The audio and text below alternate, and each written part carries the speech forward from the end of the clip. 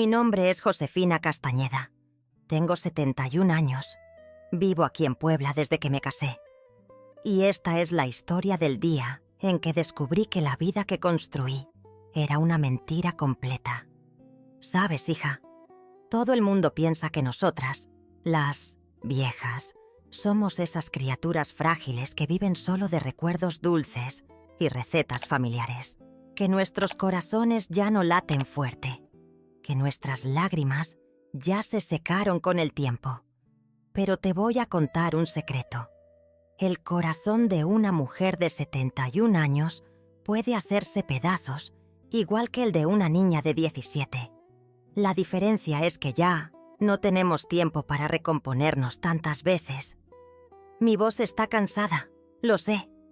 No es solo la edad, no. Es el peso de cargar esta historia por tantos años, guardada aquí dentro del pecho como una espina que nunca salió. Hubo noches en las que desperté sudando frío, intentando olvidar.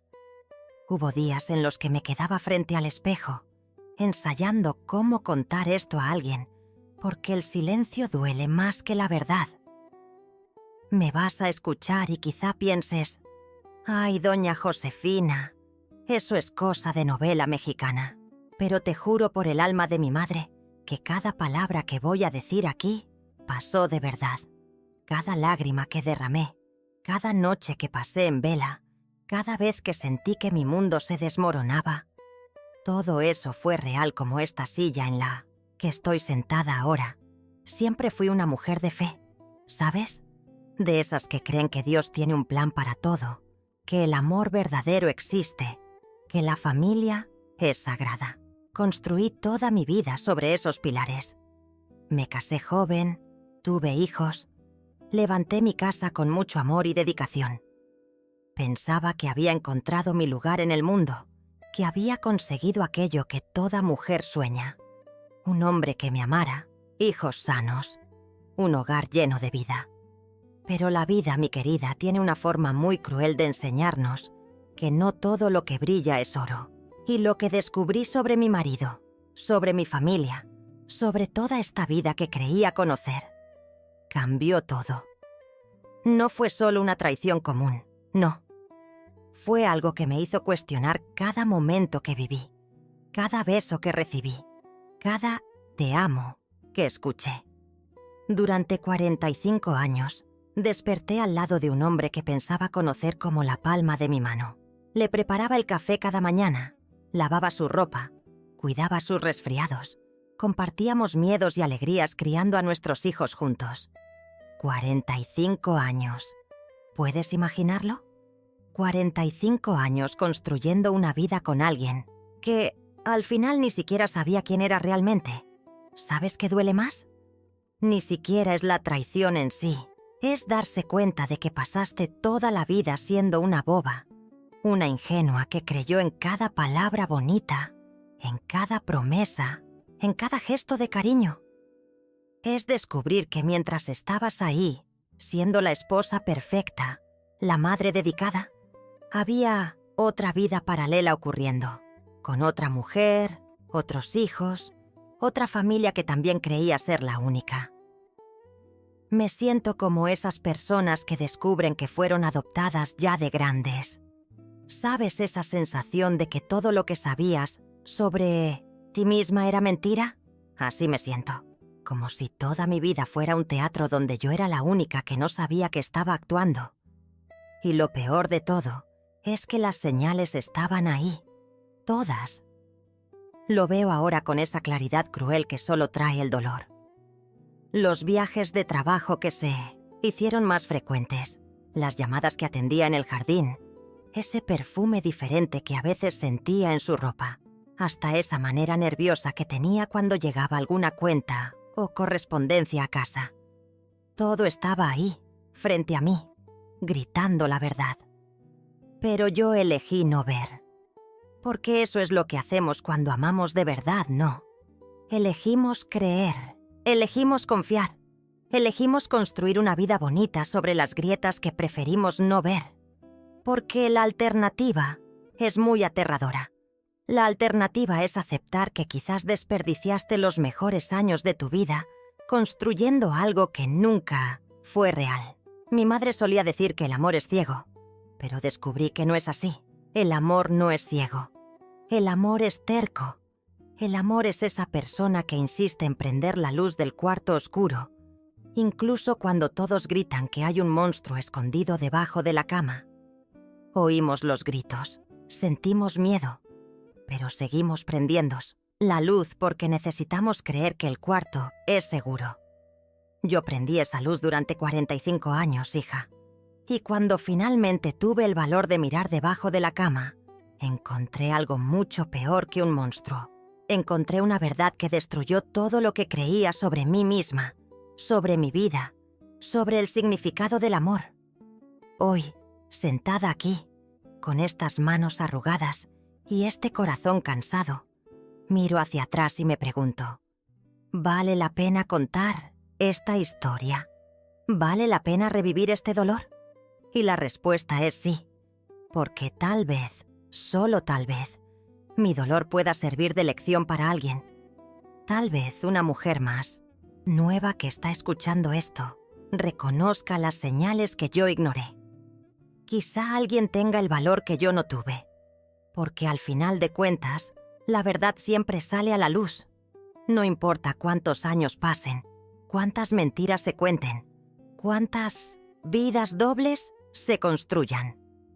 La verdad tiene la manera de llamar a la puerta cuando menos lo esperamos. Y cuando llama, no pide permiso para entrar.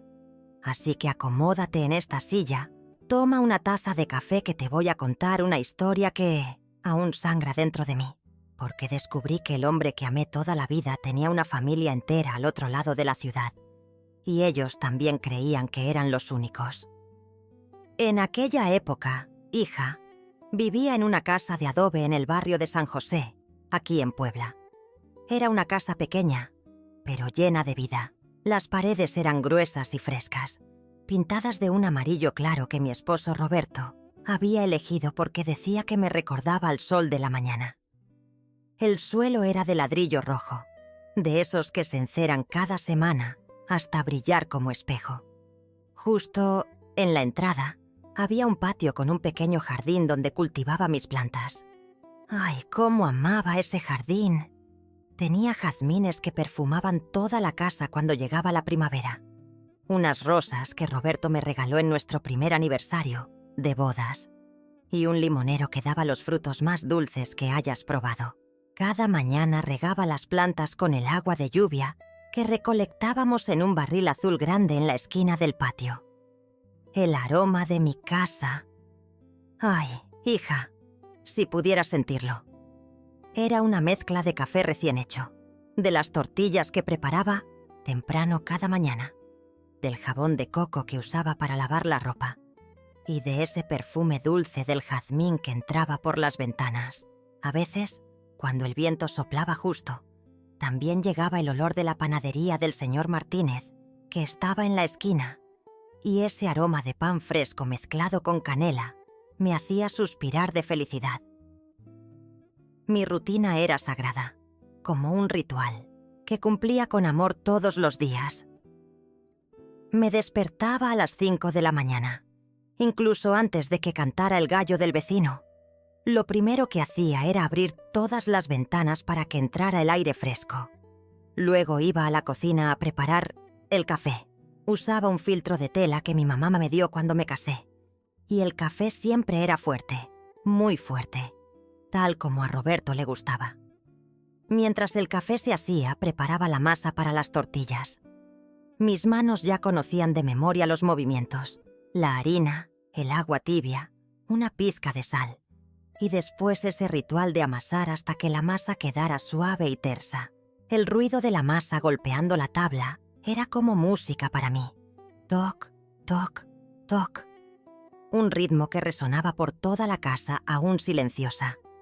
Después, extendía las tortillas con un rodillo de madera que heredé de mi abuela. Cada una tenía que quedar redondita, delgadita, perfecta. Las ponía en el comal caliente y veía cómo se inflaban, formando esas burbujitas doradas que significaban que estaban en su punto.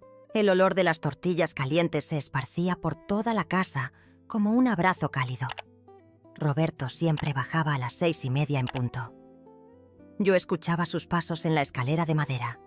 Pasos firmes, decididos, de un hombre que sabía lo que quería en la vida. Siempre venía a la cocina a darme un beso en la frente y decir: «Buenos días, mi reina».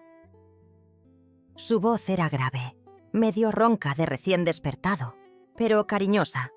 Se sentaba en la silla de la cabecera de la mesa. Esa silla de madera oscura que crujía un poco cuando se movía. Tomábamos café juntos todos los días. Él leía un periódico viejo que compraba en el puesto del señor Carlos y yo lo observaba leer, notando cómo fruncía el ceño cuando leía alguna noticia que no le gustaba, cómo se tocaba el bigote cuando estaba pensativo. A veces compartía alguna noticia conmigo, pero la mayoría de las veces disfrutábamos de ese silencio agradable de pareja que se conoce desde hace mucho. Después del café, él salía para el trabajo. Trabajaba en una fábrica de telas en el Flientos-Saenz, centro de la ciudad, y siempre iba en autobús. Yo lo acompañaba hasta la puerta y me quedaba viendo cómo caminaba por la calle de tierra hasta desaparecer en la esquina. Siempre se volteaba para despedirse con la mano antes de doblar la esquina. Siempre. Durante 45 años, nunca se olvidó de voltear y despedirse. Cuando él desaparecía de la vista, yo regresaba a casa y comenzaba mi rutina doméstica. Primero, lavaba los trastes del desayuno en el lavadero del patio. El agua era fría, especialmente en invierno, y mis manos se ponían rojas y ásperas. Pero me gustaba ese momento, el ruido del agua corriente, el reflejo del sol en las burbujas de jabón. Después, iba a tender la ropa al tendedero. Teníamos un tendedero grande en el patio, hecho con 2 postes de madera y varias cuerdas tensadas. Yo conocía cada prenda de la familia.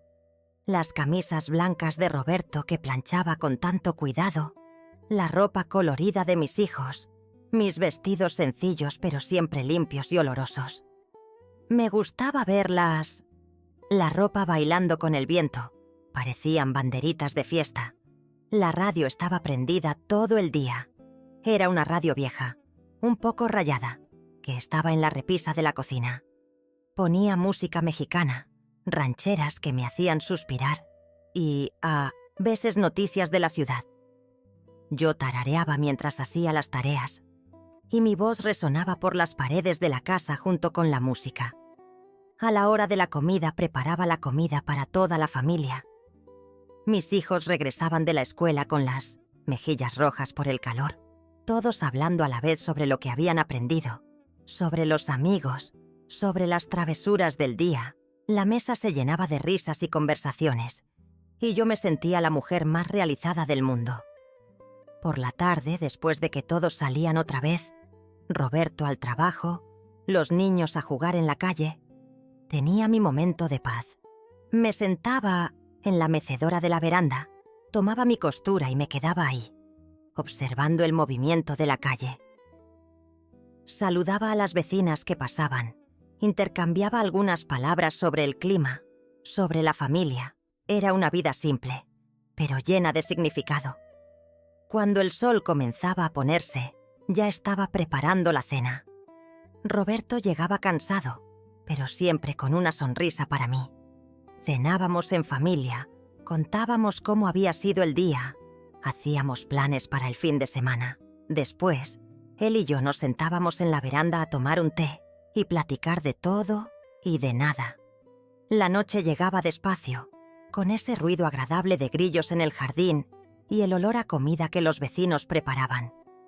Recogía la ropa del tendedero, cerraba las ventanas, apagaba las luces una por una. Era un ritual de despedida del día, una forma de agradecer por un día más de vida en familia. Antes de dormir, siempre daba una última mirada a la casa. Verificaba que las puertas estuvieran cerradas, que los niños estuvieran bien arropados, que todo estuviera en orden. Luego me acostaba al lado de Roberto, que a veces ya estaba dormido, respirando pesado, y me quedaba ahí unos minutos escuchando su respiración, sintiendo el calor de su cuerpo junto al mío. Era una vida sencilla, Pero era mi vida. Era una vida que había construido con amor, ladrillo por ladrillo, día tras día. Una vida que tenía sentido, que tenía propósito, que me hacía feliz. Una vida que pensaba que era completa y verdadera. Pero, hija mía, qué ingenua era, qué ciega para no darme cuenta de que esa vida perfecta que vivía todas las mañanas era solo la mitad de la historia que Roberto estaba escribiendo. Mi Roberto. Ay, hija, ¿por dónde empiezo a hablar de él? Roberto Hernández era un hombre de 1,75 m, moreno, con esos ojos cafés que parecían miel cuando daba el sol. Tenía las manos grandes y callosas de tanto trabajar, pero eran manos tiernas, que sabían acariciar mi rostro cuando estaba triste. Siempre usaba un bigote bien arreglado, que peinaba cada mañana con un peine pequeño que guardaba en el bolsillo de la camisa. Tenía una manía graciosa. Cada vez que estaba nervioso o pensativo, se tocaba el bigote con los dedos. Hacía así, ¿sabes? Pasaba el índice y el pulgar de un lado a otro, como si lo estuviera alisando. Yo encontraba eso tan adorable que a veces lo provocaba solo para verlo hacer ese gesto. «Roberto, se te olvidó pagar la cuenta de la luz», decía. Y listo. La mano se iba directo al bigote. Su voz era grave, un poco ronca, especialmente por las mañanas. Cuando me llamaba desde la cocina gritando «Josefina, ¿dónde está mi camisa azul?», sentía un calorcito en el pecho. Era una voz que transmitía seguridad, autoridad, pero también cariño. Cuando cantaba en la ducha, y cantaba muy mal, dicho sea de paso, me quedaba sonriendo sola en la cocina, escuchando esas notas desafinadas que para mí eran la música más bonita del mundo. Roberto era un hombre de rutina. Siempre se levantaba a la misma hora, se bañaba cantando esas horribles canciones, se peinaba con brillantina que dejaba un olor dulce en el baño. Siempre usaba camisa blanca para trabajar, pantalón social marrón y esos zapatos negros que limpiaba religiosamente cada domingo. Tenía una forma de anudar la corbata que era solo suya, medio torcida pero encantadora. Era cariñoso conmigo, pero de una manera discreta, como eran los hombres de esa época. No era de grandes demostraciones, pero tenía pequeños gestos que me derretían. Cada viernes se paraba en la florería del señor González y traía una rosa para mí. Siempre una rosa roja, sencilla, que me entregaba con un beso en la frente y un «para la mujer más bonita de Puebla». Guardaba esas rosas en un jarrito sobre la mesa de la sala hasta que se marchitaban. Conmigo era protector. Siempre preguntaba si necesitaba algo cuando salía, si estaba bien, si los niños se estaban portando.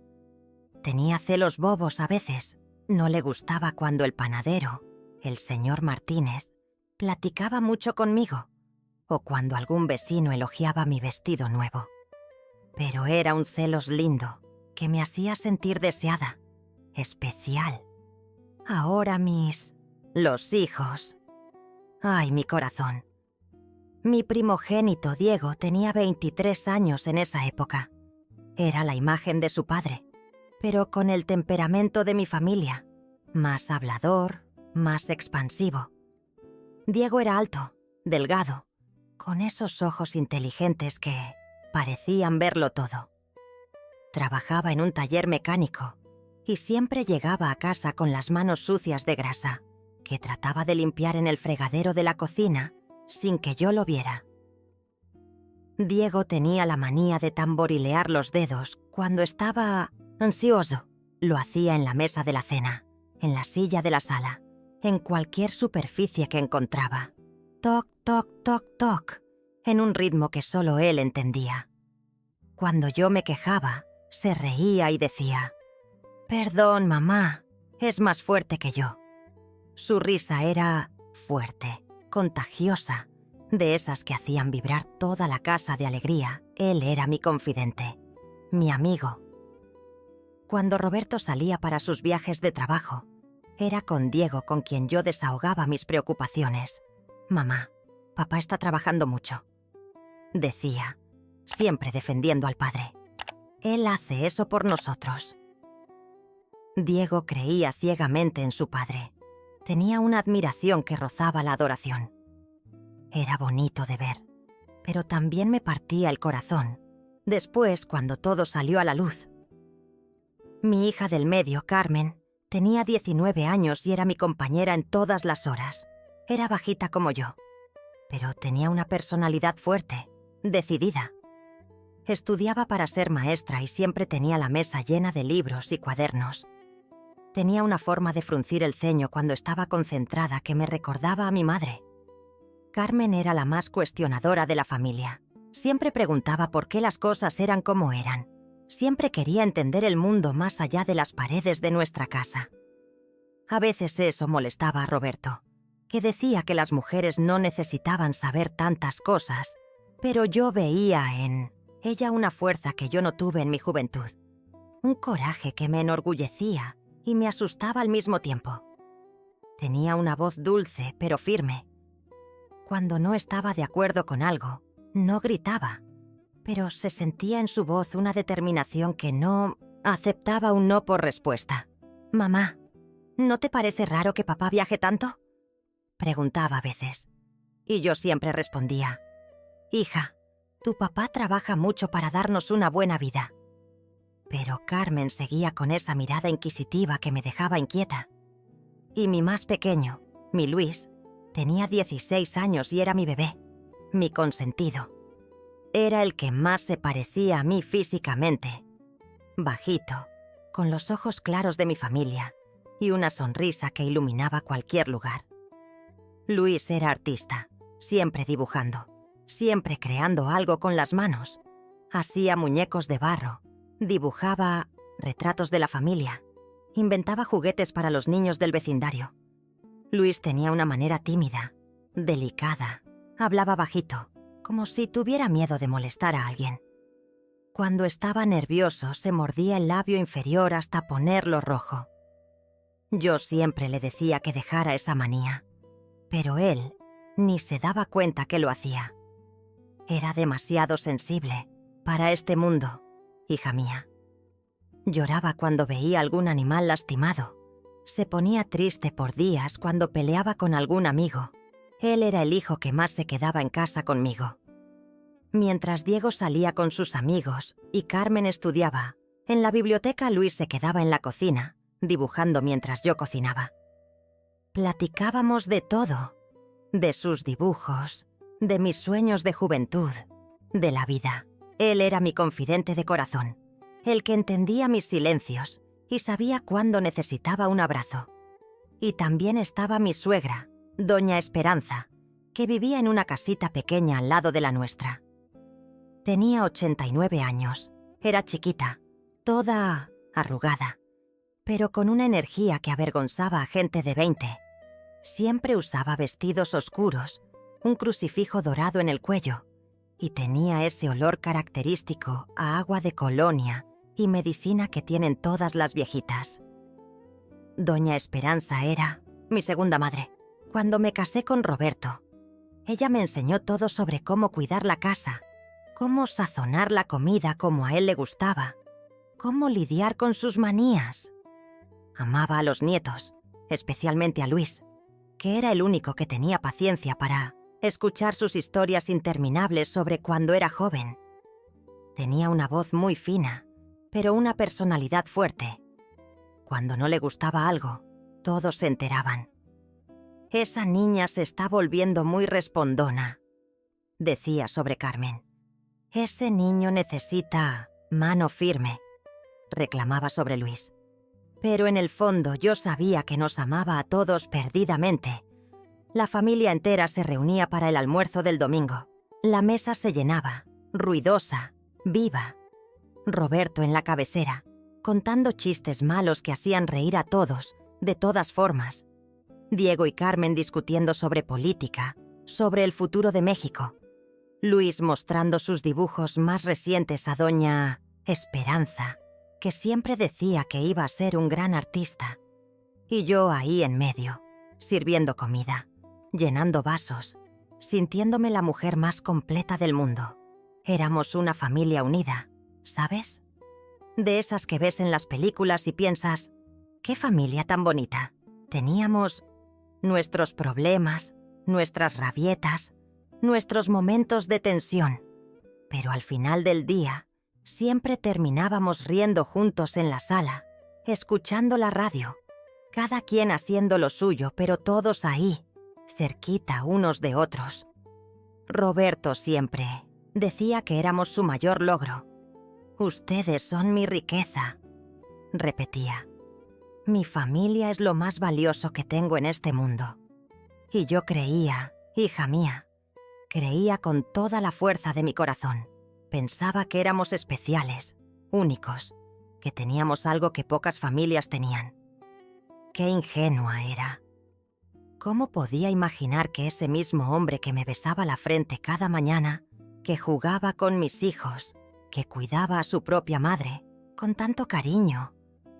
¿Cómo podía imaginar que estaba construyendo exactamente lo mismo del otro lado de la ciudad, con otras personas que también creían que eran especiales y únicas? ¿Sabes cuando tienes ese presentimiento extraño?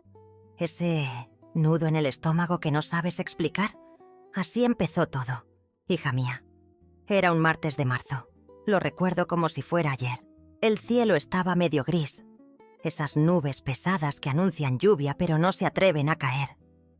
Yo estaba en la cocina, preparando la comida como siempre.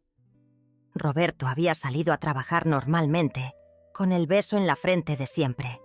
El «hasta luego, mi reina», de siempre. Pero algo estaba diferente. No puedo explicar bien qué era, pero había una energía rara en la casa, como si el aire estuviera más pesado de lo normal. Fue entonces cuando sonó el teléfono. En ese tiempo, tener teléfono en casa era novedad. Apenas lo habíamos instalado. Era uno de esos aparatos viejos, negro, pesado, que estaba en la mesita de la sala. Cuando sonaba, el ruido se oía en toda la casa. Trim, trim, trim. Un sonido agudo que siempre me sobresaltaba. Contesté sin prisa, limpiándome las manos, en el delantal. ¿Aló? La voz del otro lado era de una mujer, pero colgó enseguida.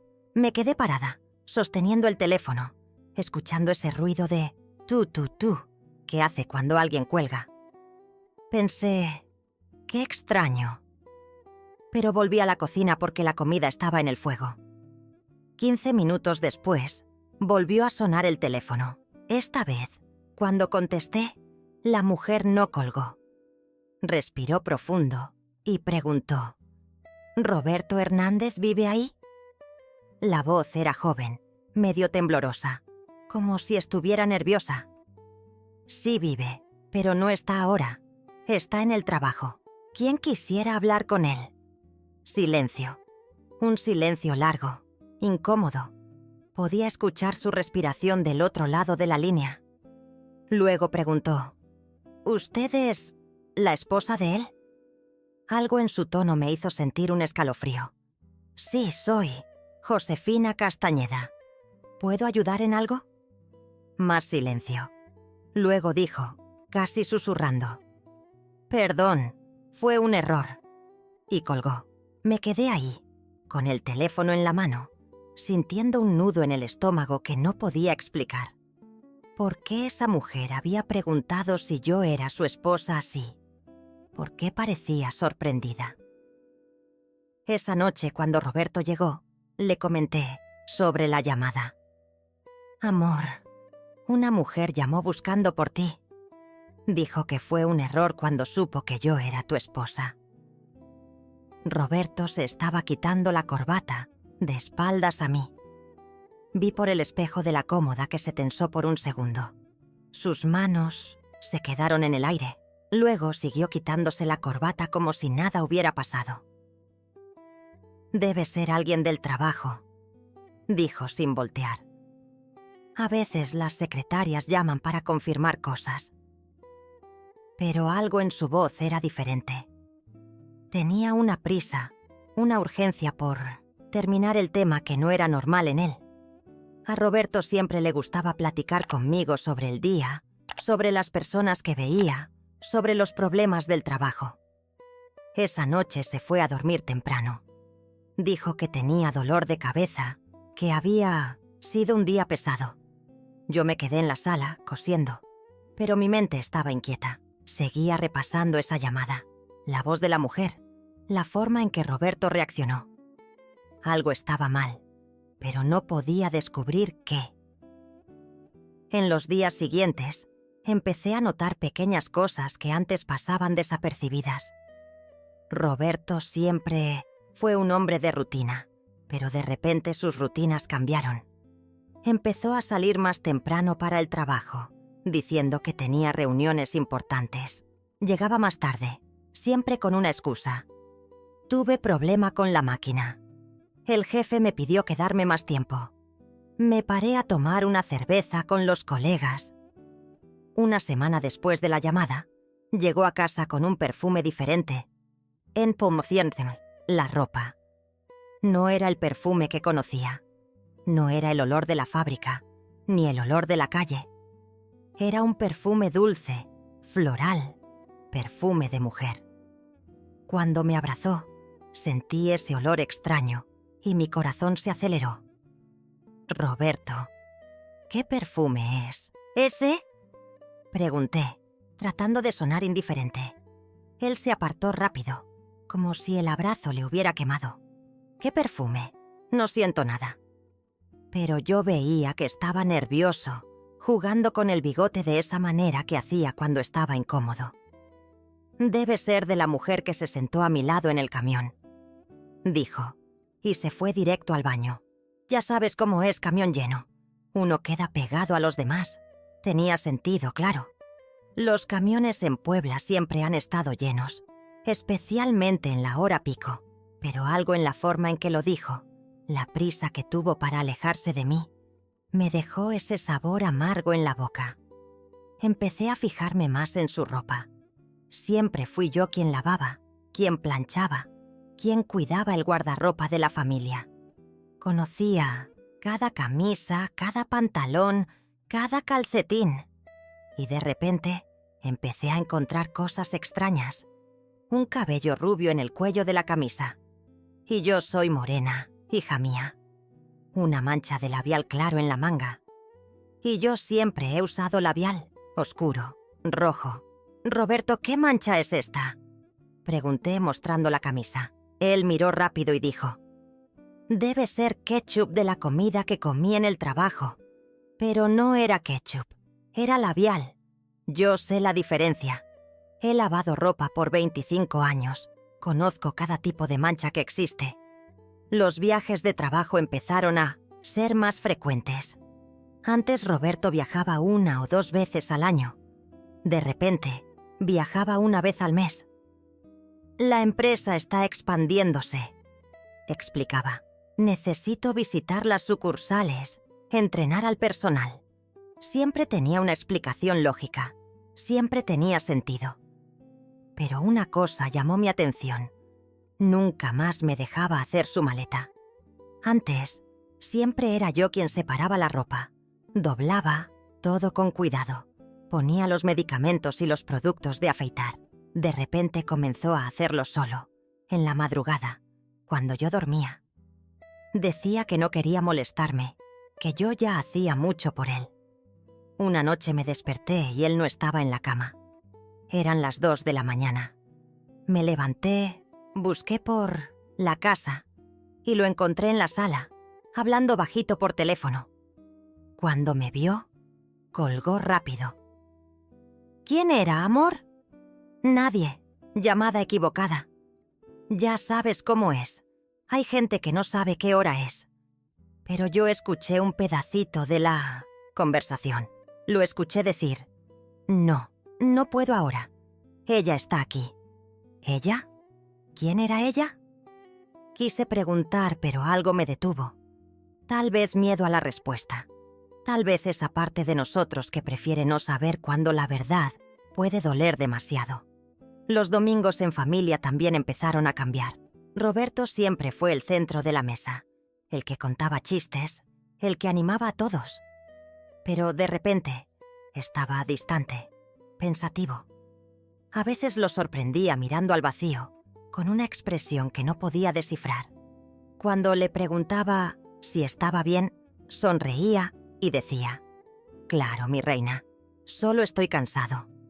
Carmen, mi hija más observadora, empezó a hacer preguntas. «Mamá, papá está raro, no pone atención cuando hablamos con él».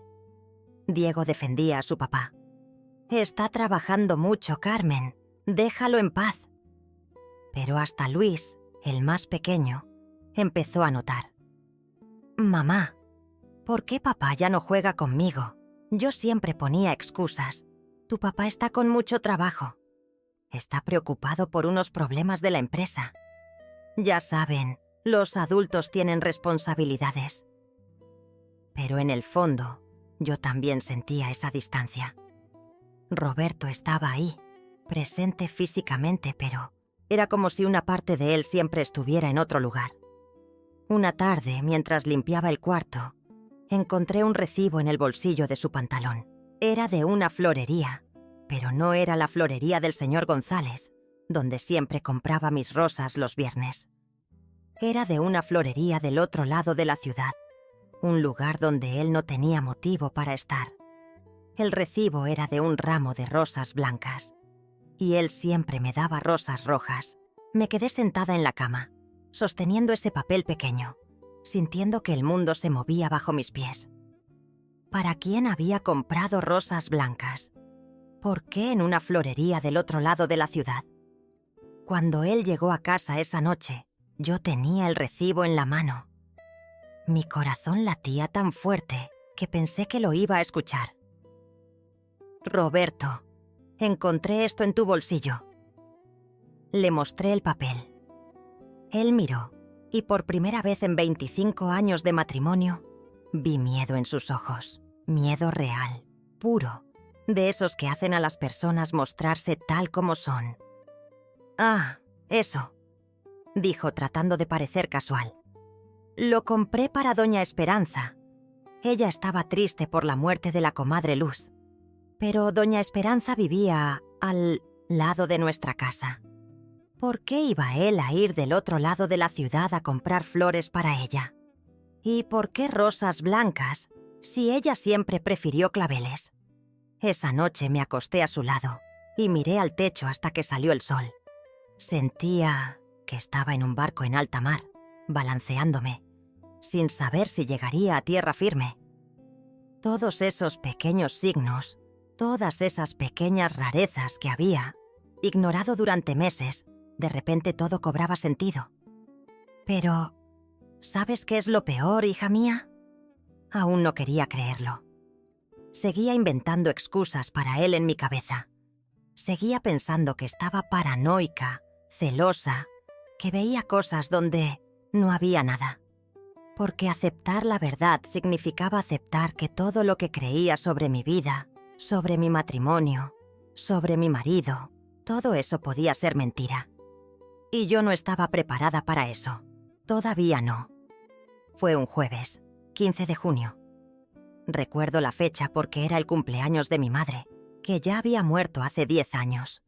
Estaba en la cocina preparando un pastel de chocolate para llevar al cementerio más tarde, cuando escuché un golpe en la puerta. No era un golpe normal, no.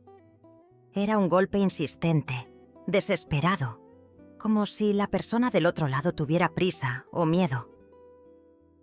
Me limpié las manos en el delantal y fui a abrir. Cuando abrí la puerta, me encontré con una mujer que nunca había visto en mi vida. Era más joven que yo. Tendría unos 35 años. Rubia, con los ojos hinchados de tanto llorar.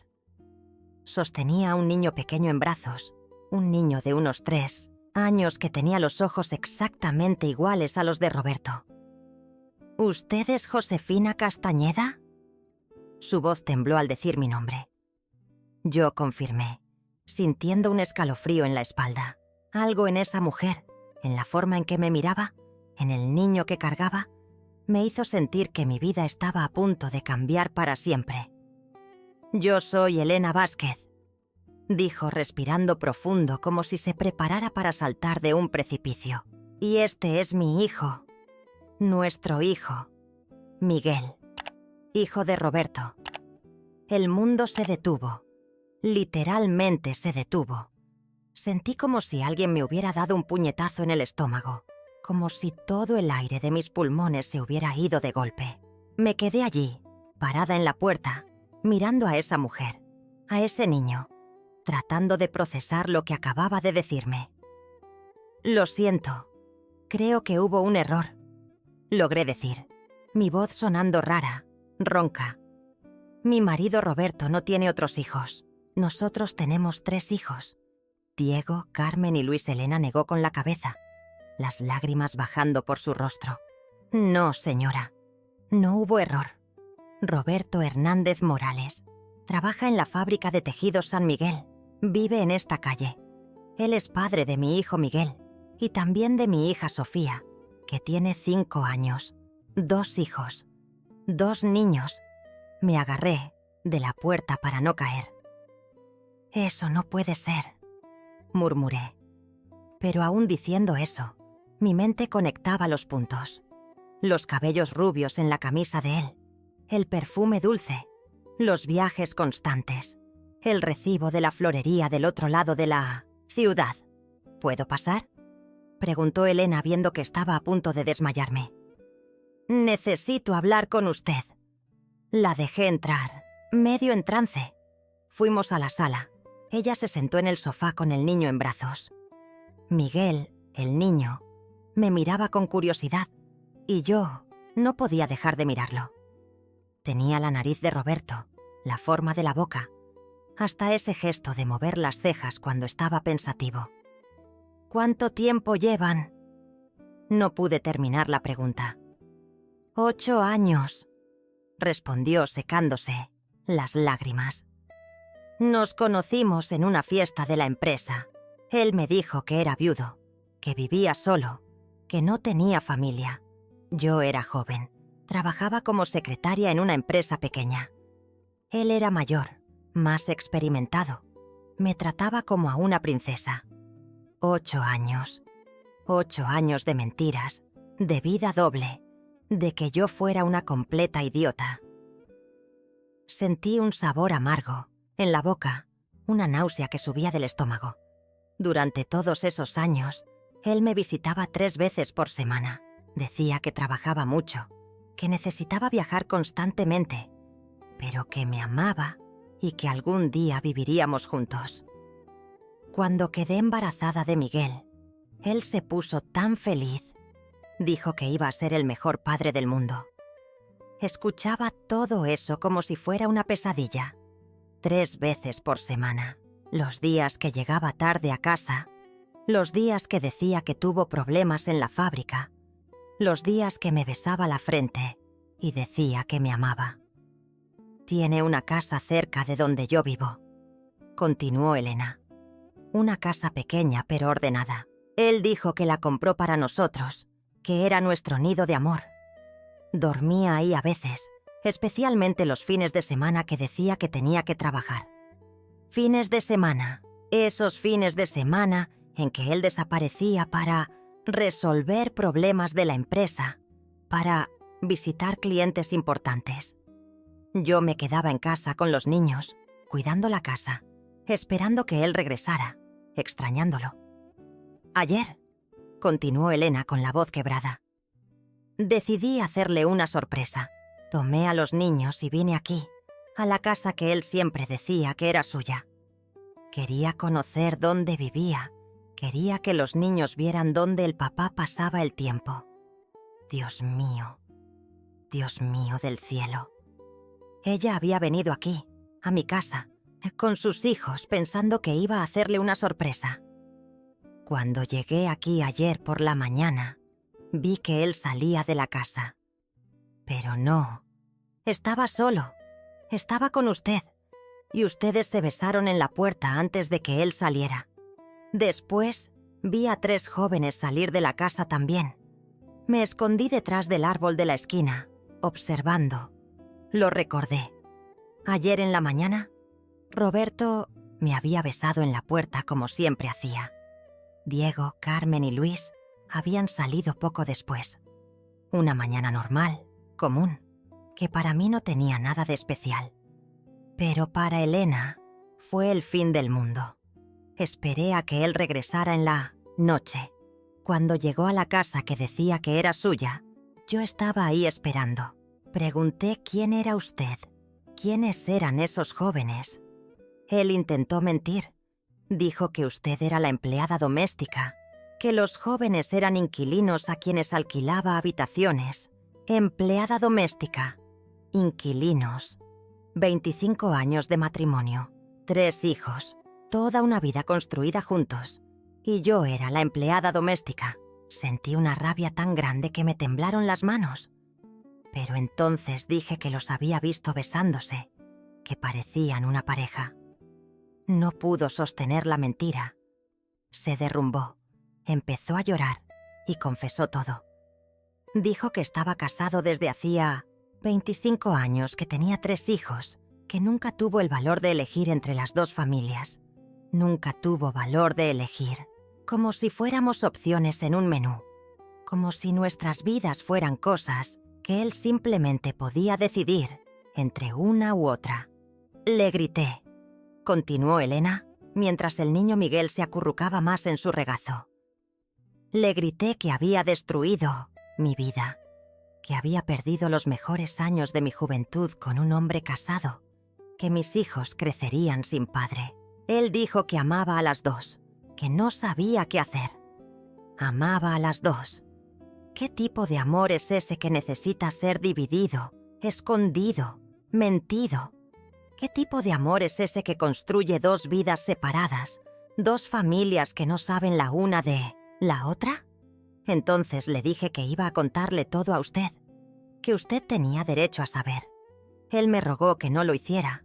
Dijo que destruiría su familia, que sus hijos no merecían pasar por eso. Pero yo dije que mis hijos tampoco merecían crecer pensando que su padre era un hombre libre cuando estaba casado.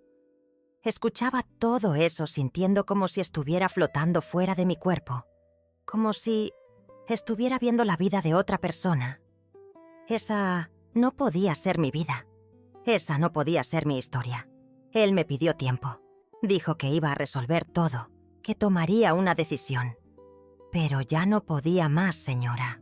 Ya no podía vivir más esa mentira. Ya no podía ver a mis hijos preguntando por qué papá no podía venir los fines de semana.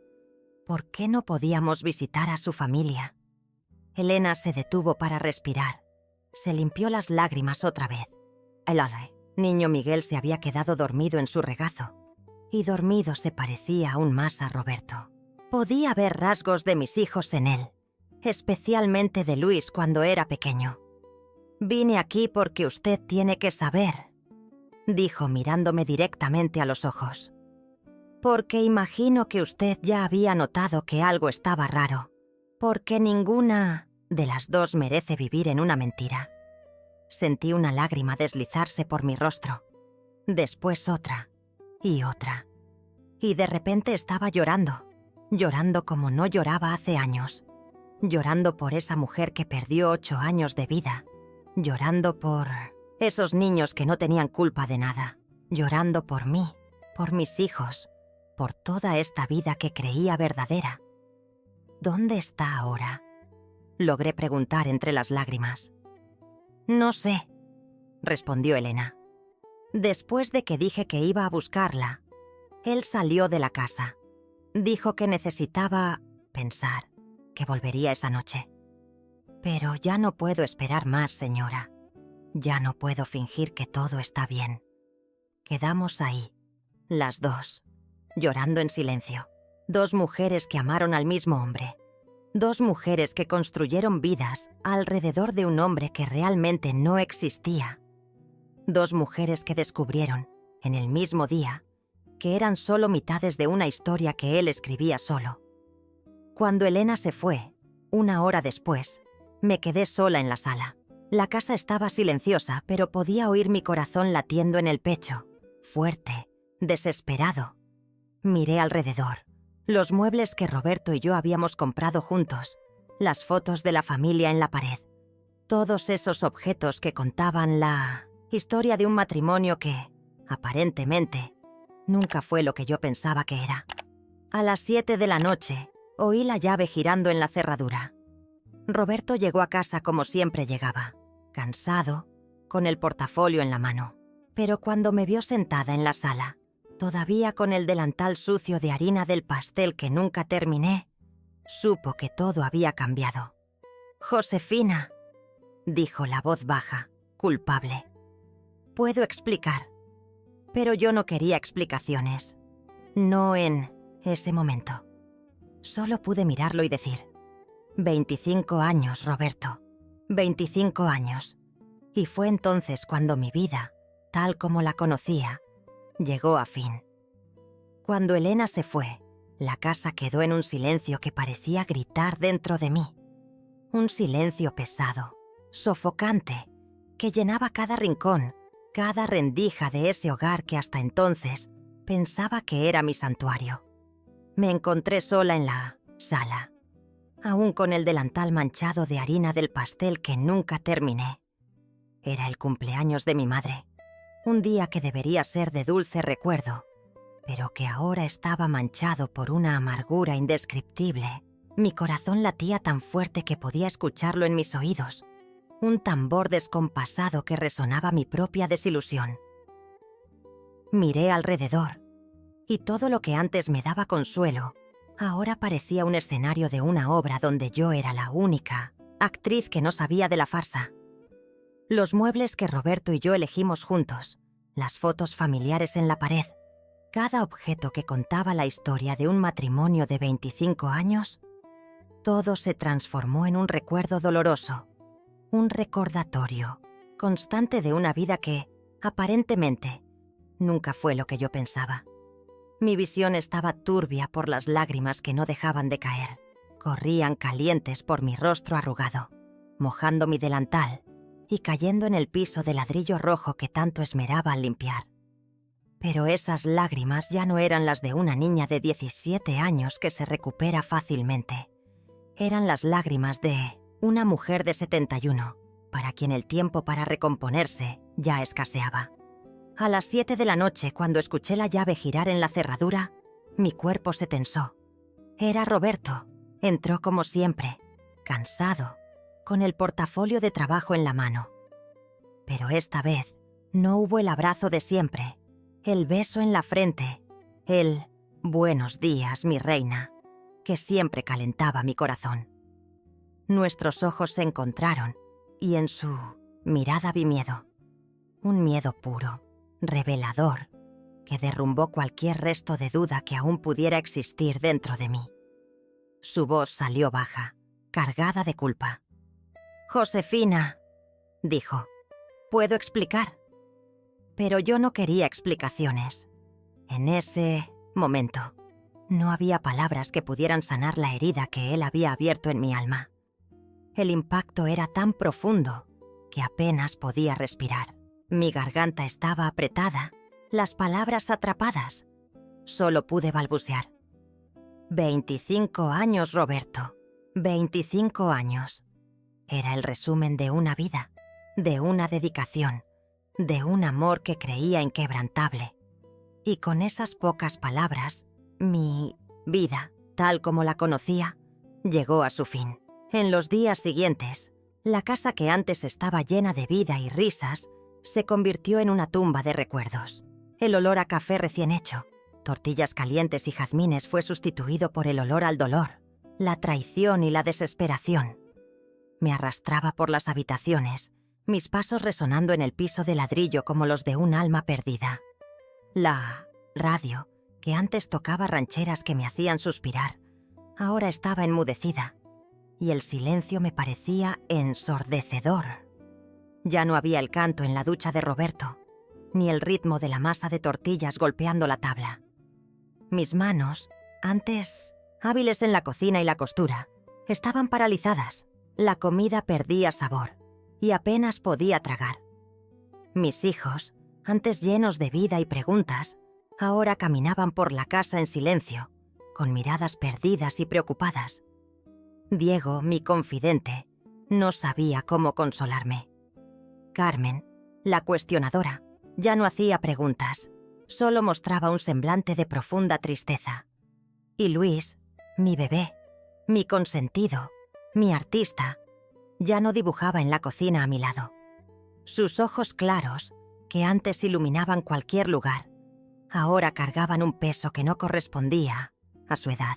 Los veía sufrir, y eso me desgarraba aún más, porque sabía que su dolor era reflejo del mío, consecuencia directa de la mentira de Roberto. No salía de casa. El jardín, que tanto amaba y que exhalaba el dulce perfume de jazmines y rosas, empezó a marchitarse, así como yo. Las plantas, antes vibrantes y llenas de vida, ahora estaban secas y sin color, un espejo de mi alma. Mis vestidos sencillos y perfumados fueron reemplazados por ropa arrugada y un olor a tristeza que parecía impregnarse en mi piel. Las visitas de las vecinas cesaron. Tal vez sentían la densidad del dolor que flotaba sobre mi casa. O quizás yo misma las alejé con mi aislamiento. La mecedora en la veranda, donde pasaba mis tardes en paz, ahora estaba vacía. La paz me había sido robada. Doña Esperanza, mi suegra, también sintió el impacto. Ella, con sus 89 años y su energía que avergonzaba a gente de 20, parecía marchitarse conmigo. Su mirada, antes fuerte y observadora, ahora llevaba una melancolía que nunca había visto. Trataba de consolarme con su voz fina y sus historias de vida, pero yo estaba sorda a sus palabras de consuelo. Mi corazón, que ella decía que aún podía romperse, estaba hecho pedazos tan pequeños que dudaba que algún día pudieran volver a juntarse. Me miraba en el espejo y no reconocía a la mujer que veía. Las arrugas en mi rostro. Las arrugas de mi rostro parecían haberse profundizado. Mis ojos estaban hinchados y sin brillo. Y mi voz, antes cansada por la edad y por el peso de una historia guardada por años, ahora apenas podía salir, ahogada por el dolor. Lo que sentía era como la sensación de haber sido adoptada de vieja. Todo lo que yo sabía sobre mí misma, sobre mi vida, sobre mi propósito, era una mentira. Vivir toda mi vida como si estuviera en una obra de teatro, siendo la única que no sabía que estaba actuando, me consumía. Me sentía una tonta, una ingenua que creyó en cada palabra bonita, en cada promesa, en cada gesto de cariño de un hombre que me engañó durante 45 años. La rabia, la tristeza, la humillación, la desesperación, todo se mezclaba en un torbellino de emociones que me jalaba cada vez más hacia el fondo del pozo. Era como si el aire que respiraba estuviera envenenado por la verdad y cada inspiración me acercara más al abismo. Yo estaba en mi fondo más profundo y no lograba ver la luz. El tiempo, hija mía, tiene una forma peculiar de hacernos ver las cosas con una claridad cruel. Aún hundida en mi dolor, empecé a darme cuenta de que no podía seguir viviendo así. Mis hijos, mi casa, hasta mi jardín, todos parecían marchitarse conmigo. Un día estaba sentada en la terraza, la misma terraza donde Roberto y yo tomábamos té y hablábamos de todo y de nada. Miré mi jardín, que antes era vibrante y lleno de vida, y ahora estaba triste, con los jazmines marchitos y los rosales sin color. Era un espejo de mi alma. Ese día, Luis, mi hijo menor, vino hacia mí. Estaba más callado de lo normal, con esos ojos claros de mi familia llenos de lágrimas. Se sentó en el suelo a mi lado y sentí ese olor a arcilla y grafito que siempre lo acompañaba, un recordatorio de su mundo artístico y sensible. No dijo nada, solo me abrazó fuerte. Fue un abrazo diferente al que daba de niño. Era un abrazo de quien comprende el dolor, de quien lo siente contigo. Y en ese abrazo sentí una fuerza que había olvidado que existía. Sentí el calor del amor incondicional de mis hijos, la inocencia de Luis la lealtad de Diego, la fuerza cuestionadora de Carmen. Ellos no tenían culpa de la mentira que Roberto construyó, y yo no podía dejar que se hundieran conmigo. Esa misma tarde, mientras trataba de organizar la casa, encontré una de las rosas rojas que Roberto me daba cada viernes. Estaba seca y descolorida, pero aún conservaba su forma. La sostuve entre mis manos arrugadas y una oleada de recuerdos me invadió. Me acordé de los besos en la frente, de las conversaciones en silencio durante el desayuno, de los 45 años en que creí ser la única reina de su vida. Y entonces, la rabia que sentía por Roberto se mezcló con una emoción nueva. Rabia hacia mí misma. Rabia por haber sido tan ciega, por haber ignorado las señales que estaban ahí, frente a mí, gritando la verdad. Pero esa rabia no me consumió, me impulsó. Me acordé de las palabras de mi madre sobre cómo el amor no es ciego, sino terco, insistiendo en encender la luz, incluso cuando el monstruo está escondido bajo la cama. Yo encendí esa luz durante 45 años, y ahora, finalmente, había mirado debajo de la cama. La verdad era terrible, pero también era liberadora. No podía cambiar el pasado, no podía borrar los años de mentiras, pero podía elegir cómo vivir mi futuro. Podía decidir no ser más la tonta, la ingenua que creía en cada palabra bonita. Y fue entonces cuando tomé una decisión, una que vino desde el fondo de mi alma cansada y herida. Me negaba a ser una víctima. Me negaba a permitir que la mentira de Roberto definiera el resto de mi vida. Aún tenía a mis hijos, mi dignidad y la fuerza que sabía que vivía dentro de mí. Esa fuerza que me permitió construir un hogar, una familia, ladrillo por ladrillo, día tras día. Recordé a Elena y su valentía al venir hasta mi puerta para contarme la verdad. Ella, una mujer más joven, me mostró que la verdad, por más dolorosa que sea, es el único camino hacia la libertad.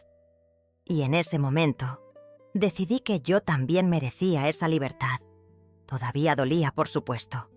El corazón de una mujer de 71 años puede romperse, y el mío estaba en pedazos. Pero la diferencia, como yo misma había dicho, es que ya no tenemos tiempo de recomponernos una y otra vez. Así que yo necesitaba recomponerme de una vez por todas. Decidí que contaría mi historia, que mi dolor podría servir de lección para alguien. Tal vez una mujer más joven reconociera las señales que yo ignoré. Tal vez alguien tuviera el valor que yo no tuve.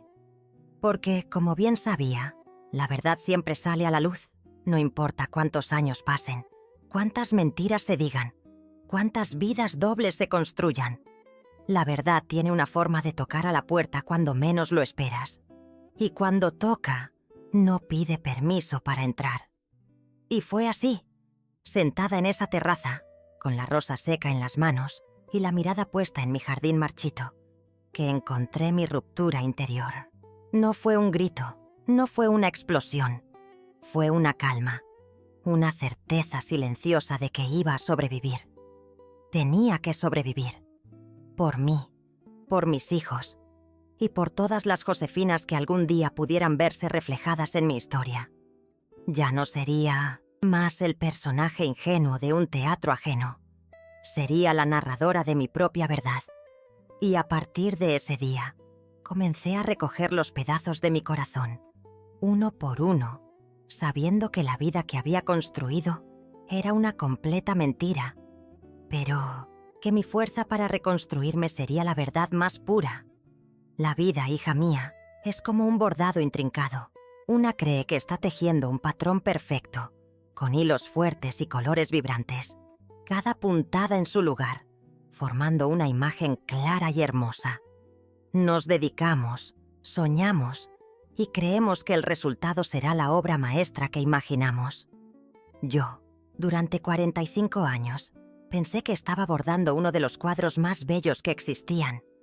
Un matrimonio sólido, una familia unida, un hogar lleno de amor y propósito.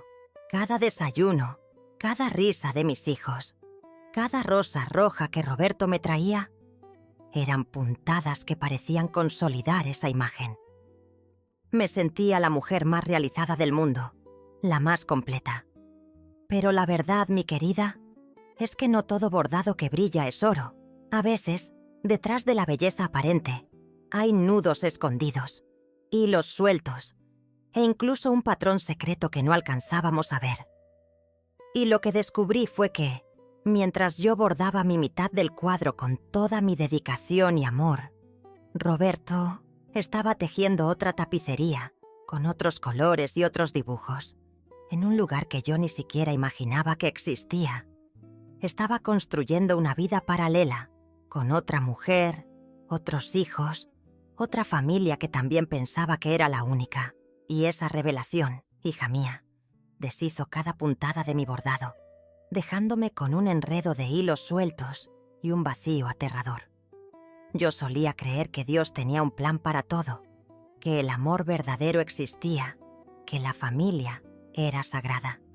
Y sobre esos pilares construí toda mi vida. Pero la vida tiene una manera muy cruel de enseñarnos que la realidad no siempre se alinea con nuestros ideales y que la fe, por más firme que parezca, puede ser puesta a prueba de formas que jamás imaginaríamos. La traición de Roberto no fue solo una infidelidad común, fue un terremoto que sacudió cada pilar de mi existencia, haciéndome cuestionar cada momento vivido, cada beso recibido, cada «te amo» que escuché. ¿Cómo puede un hombre amar a dos familias, construir dos vidas separadas y mantener la farsa por tanto tiempo? Esa es la pregunta que aún resuena en mi corazón cansado. Sin embargo, hija mía, esta historia no se trata solo del dolor de la traición. Se trata de la ceguera del amor, o como ahora prefiero llamarlo, la terquedad del amor. Una escoge creer, escoge confiar, escoge construir una vida hermosa sobre las grietas que prefiere no ver. Porque la alternativa, aceptar que pudiste haber desperdiciado los mejores años de tu vida construyendo algo que nunca fue real, es demasiado aterradora. Yo encendí la luz durante 45 años, insistiendo en que el cuarto era seguro. Y cuando finalmente tuve el valor de mirar debajo de la cama, encontré una verdad que destruyó todo en lo que yo creía. Pero es precisamente en ese derrumbe donde reside la mayor lección. La verdad, por más que duela, siempre sale a la luz y no pide permiso para entrar. Llega, derrumba las paredes que construimos con mentiras y nos obliga a enfrentar lo que estaba escondido. Y es en ese momento de desamparo total donde una encuentra una fuerza que no sabía que tenía. La fuerza para reconstruirse, para aceptar que la vida que conocías ya no existe. Y para comenzar de nuevo, incluso con las manos arrugadas y el corazón cansado. Sé que mi dolor es profundo, pero elijo contarlo, porque quizás, solo quizás, pueda servirle de lección a alguien. Tal vez una mujer más joven que escuche esto reconozca las señales que yo ignoré. Tal vez alguien tenga el valor que yo no tuve en el momento indicado. La vida es un regalo, un suspiro, y no podemos desperdiciarla viviendo una mentira. No importa cuán dolorosa sea la verdad, siempre es el camino hacia la libertad. Hoy, sentada aquí, en mi silla, con el aroma del café recién hecho y el sonido de los grillos en el jardín, ya no soy la mujer ingenua que creía en todo. Soy Josefina Castañeda, una mujer de 71 años que sobrevivió a un terremoto emocional y aprendió que el amor, cuando es verdadero, no necesita secretos, ni vidas dobles. El amor verdadero es transparente, honesto, y se construye sobre pilares de verdad, no de mentiras. Y esa, hija mía, es mi mayor riqueza ahora. La libertad de ser quien soy, con todas mis cicatrices, y la sabiduría de saber que la vida, incluso cuando nos rompe en pedazos, nos da la oportunidad de reconstruirnos, más fuertes y verdaderas que nunca. La verdad duele, pero solo ella te libera para amar de verdad.